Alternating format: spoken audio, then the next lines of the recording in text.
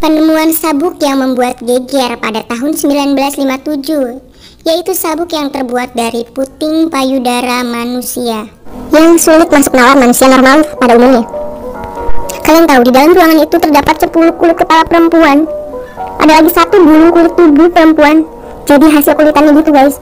Sabuk yang terbuat dari puting perempuan yang dijahit satu persatu, serta sebah kursi bagian dudukannya dibungkus dengan kulit manusia. Ya ampun, ngeri banget. Nih, kalian bisa lihat gak gambar-gambarnya? Gila, ini sih parah banget. Assalamualaikum warahmatullahi wabarakatuh guys. Fafa harus cari tahu nih guys, siapa sih yang bikin kayak karya yang serem kayak gini alias sabuk dari puting. Nekat banget nih kayaknya yang bikin. Kita kudu cari tahu nih guys, kenapa dia bisa senekat ini dan kira-kira apa faktor yang bikin dia senekat ini. Tapi sebelumnya Fafa ingetin dulu untuk subscribe channel ini untuk mendukung Fafa dalam membuat video guys.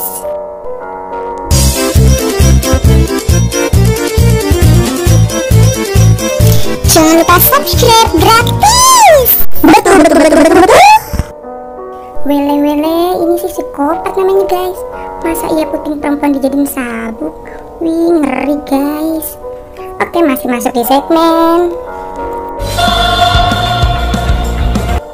apaan tuh? Ih, serem. Kudu cerita. Jeng. Oke, toko kali ini bernama Edward Theodore Jean, atau dikenal dengan nama Ed Jean. Ed Jean lahir dalam sebuah keluarga yang bisa dibilang cukup unik.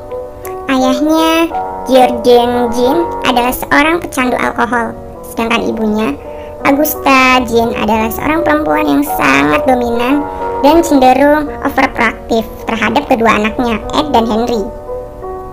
Bahkan sejak kecil sang ibu selalu mendidik Ed dan Henry untuk menjadi pribadi yang membenci perempuan.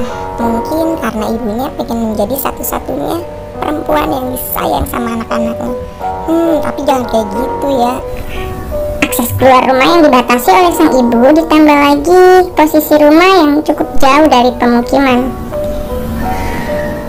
membuat Ed dan Henry tumbuh menjadi pria yang sangat tertutup dengan orang-orang asing. Ayahnya menjadi satu-satunya orang di keluarga Jean yang paling sering berhubungan dengan masyarakat karena merupakan tulang punggung keluarga.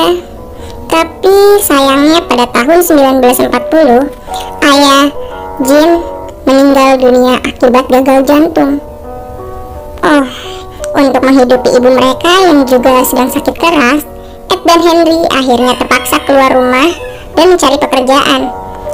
Meski agak terbilang aneh, masyarakat tetap menerima Ed dan Henry karena dianggap cukup ulet, pekerja keras, dan bersedia melakukan pekerjaan apapun. Oke, pada tahun 1944 saat bekerja merenovasi sebuah rumah, Ed dan Henry terlibat sebuah kecelakaan. Rumah tersebut terbakar dan Henry ditemukan tewas. Namun kematian Henry menjadi tanda tanya besar. Pada pasalnya, meski ditemukan tewas dalam kebakaran, tidak ditemukan luka bakar di tubuh Henry. Malah terdapat beberapa luka memar di bagian kepalanya. Cukup mencurigakan. Tapi kecurigaan pun sempat dilintaskan ke Ed. Namun karena Ed terus berperilaku baik, tidak mencurigakan, dan tetap bekerja dengan tekun seperti biasanya, lambat laun kecurigaan itu pun pudar. Tidak pernah ada yang menuntut Ed menjadi pelaku atas kecelakaan Henry. Hidup Ed menjadi benar-benar berubah saat ibunya meninggal di akhir tahun 1945. Kehilangan sosok idola, panutan, dan satu-satunya teman membuat Ed merasa sangat terpukul dan kesepian. Karena sudah tidak punya tanggungan, Ed yang tengah berduka memutuskan untuk menjalankan usaha pertanian sendiri dan semakin menutup dirinya dari masyarakat.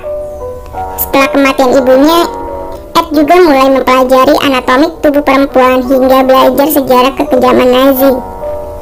Kalau buat yang nggak tahu kekejaman Nazi, itu tuh seperti pembantaian, pembunuhan banyak orang jadi banyak banget korban dalam pembantaian kekejaman Nazi ini sih guys. Lanjut ya. Ya, penduduk sekitar melihat semua itu masih terlihat normal-normal saja.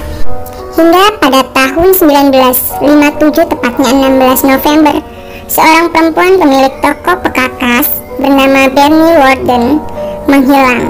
Dan anaknya Bernie pun yang bernama Frank, merupakan seorang wakil staf atau polisian desa, langsung turun tangan mengusut kasus ini.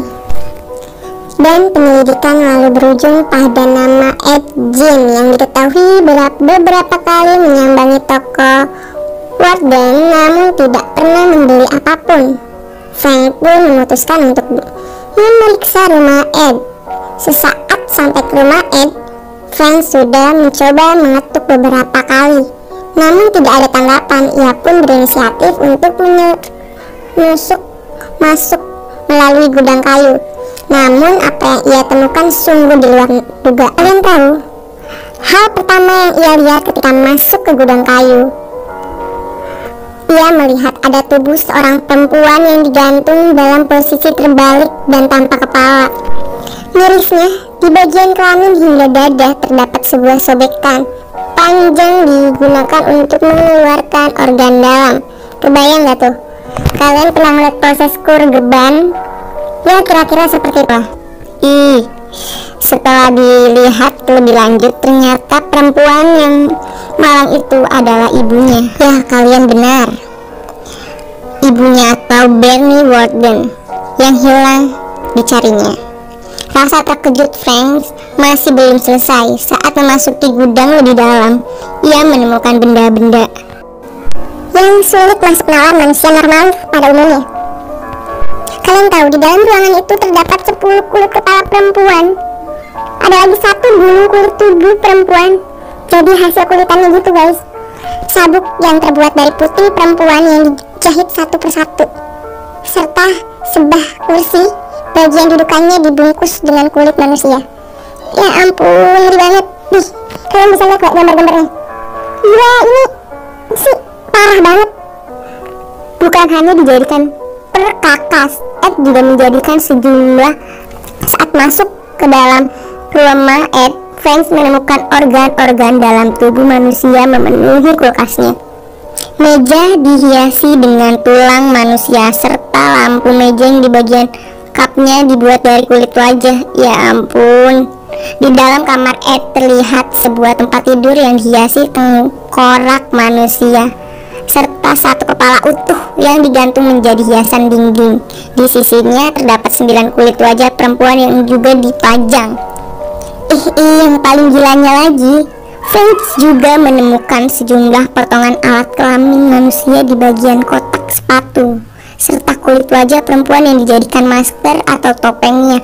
Intinya hampir seluruh interior dan fashion di dalam rumah Ed dibuatnya sendiri menggunakan tubuh manusia. Parah banget, ngeri banget. Ini sih psikopat gila ya, psikopat parah. Lanjut ya guys. Akibat temuan gilanya ini, Frank tidak pikir panjang, langsung menciduk Ed dan diadilinya. Selain disidak karena dugaan pembunuhan terhadap Bernie Worden, Ed juga diduga telah membunuh seorang pemilik bar bernama Mary Hogan pada tahun 1954. Diduga Mary merupakan perempuan hidup yang dijadikan korban pertama Ed. Kenapa bisa dibilang korban hidup pertama? Sebab Ed mengaku selama ini ya hanya membunuh 2 orang perempuan saja, sedangkan tubuh manusia sisanya ia dapatkan dari menggali kuburan perempuan yang baru meninggal. Bu Yu, ngeri sekali. Selain tubuh Bernie dan Mary, diperkirakan ada sekitar 15 mayat perempuan lainnya yang diubahnya menjadi berbagai macam benda oleh Ed. Saking banyaknya, bahkan Ed tidak bisa mengingat berapa jumlah mayat perempuan yang ia kumpulkan. Banyak banget tuh mas, sampai lali. Di depan pengadilan, Ed mengaku membuat karya seni sadis ini karena ingin hidup sebagai perempuan utuh seperti idolanya sang ibu. Untuk itu, Ed kerap mengenakan pakaian perempuan dan topeng dari kulit wajah perempuan, serta berpura-pura menjadi seorang ibunya atau menjadi seorang perempuan. Bu, ya sayang ibu boleh saja, tapi ya jangan gini. Aduh, ini sih sama aja salah kaprah. Jangan gini ya guys. Lanjut nih guys, karena dianggap tidak kompeten secara mental untuk mengikuti persidangan, Ed akhirnya dijebloskan ke dalam rumah sakit jiwa. Selama 10 tahun di rumah sakit jiwa, Ed dikenal cenderung tidak menyesakan. Setelah dianggap cukup kompeten untuk mengikuti sidang, Ed lalu disidang dan dinyatakan bersalah. Namun, ia tidak dijatuhkan hukuman kurungan. Soalnya nih, ia dinyatakan sebagai tahanan gila dan dikurung di dalam institusi kesehatan mental atau rumah sakit jiwa hingga ia tutup usia pada tahun 1984, tepatnya pada tanggal 26 Juli akibat kanker paru-paru dan gagal jantung. Karena kisah ini terbilang sangat luar biasa kejamnya, banyak penulis pembuat film horor mengadaptasi menjadi buku dan film. Salah satunya adalah sutradara horor kenamaan Alfred Hitchcock dengan film Psycho. Kisah ini juga menginspirasi film Texas Chainsaw Massacre, yang rumah tokohnya dihiasi dengan properti berbahan baku manusia, serta film Leatherface yang pelakunya mengenakan topeng kulit manusia dan menggantung korbannya seperti daging kurban. Masih ada lagi film lain seperti Buffalo Bill, Donnie O'Donnell Killer, dan lainnya.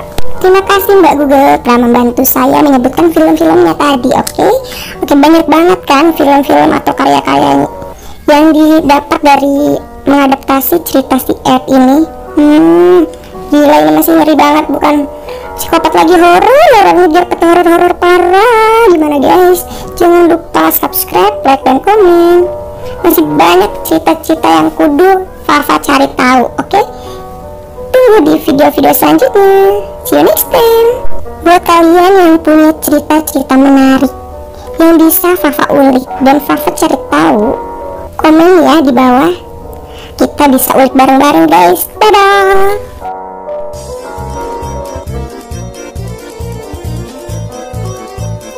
Jangan lupa subscribe, gratis. Betul.